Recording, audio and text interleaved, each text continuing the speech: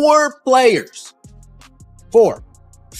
players that the Indiana Fever should core to make sure that no team can touch them heading into the expansion.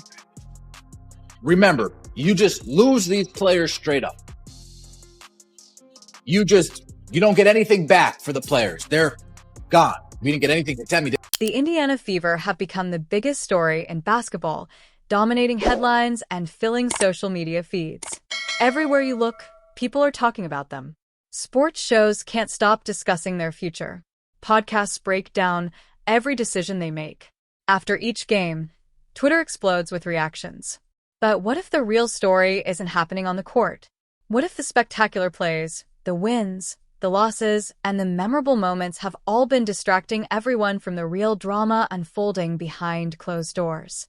Behind the highlight reels, post-game interviews, and carefully managed press conferences, whispers about a fractured locker room have grown into loud rumors that can no longer be dismissed as simple gossip. It now appears that head coach Stephanie White has finally made her move, carrying out what may have been a plan months in the making by releasing 4 players in rapid succession. But was this really a calculated effort to reshape the roster and build a stronger team, the kind of difficult decisions every championship organization eventually faces? Or was it a desperate attempt to regain control of a team that was already falling apart and rescue a disappointing season? As more of the Fever's internal issues have started coming into view, the basketball world has watched with equal parts curiosity, concern, and fascination. What began as quiet whispers in arena hallways and unverified reports from anonymous sources has now turned into a full organizational crisis that could threaten what many believed would be the franchise's defining season. Everyone is asking one simple but important question: what really happened in Indianapolis? To understand the situation today, we have to go back and look at how it all started. The Indiana Fever weren't always in this position. Just a few years ago, they were one of the league's most respected organizations, known for professionalism, consistency, and success. Championship banners proudly hung inside their arena. But professional sports can be unforgiving, and eventually the Fever reached the same crossroads every franchise faces, even with a loyal and passionate fan base. They had to rebuild or risk being left behind. Stephanie White was not hired without careful consideration. The front office conducted extensive interviews, spoke with league sources, and reviewed countless hours of footage from her previous coaching jobs. White brought an impressive basketball background, having played and coached at every level. She also had deep ties to Indiana through both her playing and coaching career. Because of that, the organization believed she was the right person to restore the defensive identity and discipline that had once defined Fever basketball. At the same time, the team made a major commitment to building a roster that blended different generations of talent. On draft night, the crowd erupted when Caitlin Clark's name was announced. Fans were filled with excitement. Headlines quickly spread across the media. The front office also saw enormous opportunities through ticket sales, jersey sales, revenue, and national television appearances. There was no question that Clark represented everything modern basketball had become: creative, exciting, original, and incredibly entertaining. During those early days, though, almost nobody stopped to think about one important question. What happens when a player who thrives in chaos is paired with a coach who values structure above everything else? What happens when you build an entire team around a superstar but hire a coach who doesn't believe any player should receive superstar treatment? Those very decisions planted the seeds of the problems the team is facing today. At first, they looked perfectly reasonable, but in reality, they were working against each other from the very beginning.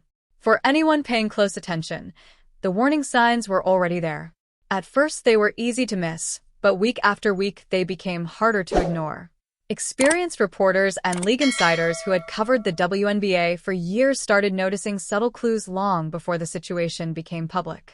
To the average fan watching games on television, it simply looked like a team dealing with the normal challenges that come with adding new players and adjusting to a different system.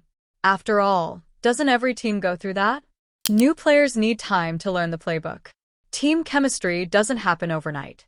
Coaches need time to understand their roster and settle on the right rotations. Those are the familiar explanations repeated after difficult losses and offered by front offices trying to reassure concerned fans. But the people who attended practices, spoke with players, and had insight into what was happening inside the organization were seeing something much more troubling. At the heart of it all was a deep clash of philosophies that was slowly pulling the team apart. Coach Stephanie White had built her reputation around disciplined defense and a no-nonsense coaching style, and she suddenly found herself leading a roster filled with some of the league's most talented offensive players. Throughout her coaching career, she had succeeded by demanding discipline, structure, and complete focus on every possession, something clearly reflected in her resume. She believes every point should be earned by the opponent. Defense has always been the foundation of her system. She prefers an aggressive style where every player understands their role and carries it out without mistakes. She values order and believes strong leadership depends on a clear chain of command. But this was no longer just a disagreement over strategy or tactics, the kind that can be solved through adjustments or compromise. It had become a battle over the team's core identity. Every practice and every film session in Indianapolis reflected that larger conflict. It was new ideas versus old traditions, freedom versus structure, and modern basketball versus an old-school approach. And like every major conflict, there were always going to be casualties. Anyone watching closely could feel the tension. During timeouts, players' body language often revealed a disconnect that words never could. They nodded while listening to defensive instructions, yet during offensive discussions they exchanged quiet looks with one another. Some players would sigh after play was called, while others subtly shook their heads when a teammate attempted a shot that didn't fit within the system. The atmosphere on the bench shifted constantly throughout games, showing that the team was far from united. After a huge defensive stop, everyone would jump to their feet, cheering with excitement. But after an impressive offensive play, only part of the bench would react, while others stayed seated, offering little more than a quiet clap. League veterans immediately recognized the warning signs. They had been part of struggling teams before, and they knew exactly what this kind of behavior usually meant. People close to the organization described heated conversations behind closed doors, players forming separate groups, and a coaching staff fighting to maintain its authority. One source claimed that during practice, White repeatedly stopped the action to correct offensive positioning, only for a player to point out that the unexpected spacing had actually created an open shot. Another source described a film session where the room was divided both physically and emotionally. Some players sat in the front rows, agreeing with White's points, while others remained in the back with folded arms, showing little interest.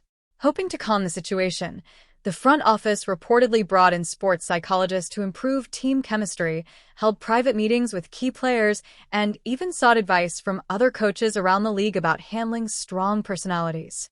But the truth has a way of finding its way into the open.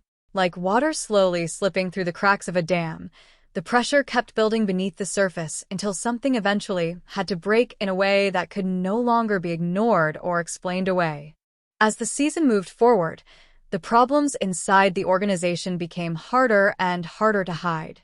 The Fever's performances on the court turned increasingly inconsistent, swinging between dominant victories and frustrating losses. One night they looked like legitimate championship contenders, overwhelming opponents with suffocating defense and a smooth, efficient offense. Then, just days later, they appeared disorganized, lacking energy as they struggled against teams they were expected to beat. After games, interviews became an exercise in reading between the lines. White continued speaking about commitment to the system and doing things the right way, comments that many interpreted as frustration with players who were not fully buying in. Meanwhile, players responded with careful answers about still learning, growing, and figuring out how to play together. Their diplomatic wording only made the underlying tension more noticeable. Before long, reporters began asking tougher questions about coaching philosophy and team chemistry. As the hidden meaning behind those answers became more obvious, social media turned into another battleground where the conflict quietly played out. Players who had once regularly interacted online suddenly stopped liking one another's posts. Others began sharing motivational quotes such as "be loyal to yourself" or "don't let anyone dim your light," messages that seemed aimed at a particular person or situation without ever mentioning names. As fans noticed these patterns, they started putting together detailed online threads, tracking who spent time with whom, who attended each other's gatherings, who genuinely looked happy, and who seemed to be simply going through the motions. According to several anonymous sources, the divide behind the scenes was becoming impossible to ignore. Team meetings had grown tense and achieved very little. Some players supported a fast-paced, free-flowing style of basketball, while White continued pushing a system built around controlled offense and defensive discipline. Neither side was willing to fully give in because both believed their own approach offered the best path to winning. Reports also suggested that the coaching staff itself had become divided. White's closest assistant coaches remained committed to her defensive philosophy and detailed approach. At the same time, other assistants, especially those who had been with the organization longer, privately questioned whether the system was making the best use of the team's offensive talent. Because of those disagreements within the coaching staff, players no longer felt they were receiving one clear message. Practices gradually became more uncomfortable. Routine drills often turned into frustrating exchanges. Some players believed White's long sessions, focused on defensive positioning and rotations, were too strict and overly controlled. Once scrimmages began, teamwork frequently gave way to players trying to showcase their own individual abilities. Some players were determined to prove that their more free-flowing style of play could succeed, leaving the front office in an extremely difficult position. The organization had invested heavily in both White and its star players. They couldn't simply dismiss a coach they had only recently hired. At the same time, they couldn't move on from the talented players they were counting on to build the franchise around. In an effort to bridge the gap, team executives held separate meetings with White and the team's key figures, hoping to find common ground. But mediation only succeeds when both sides are willing to compromise. Instead, it appeared that each side had become even more convinced that its own approach was the right one, with neither showing much willingness to change. Behind the scenes, experienced players who had lived through similar situations before quietly expressed concern about where everything was heading. They had watched talented teams fall apart in the past, and they had seen promising seasons ruined by conflicts within the locker room. They did their best to serve as peacemakers, trying to ease tensions and help settle the growing divide between the different groups.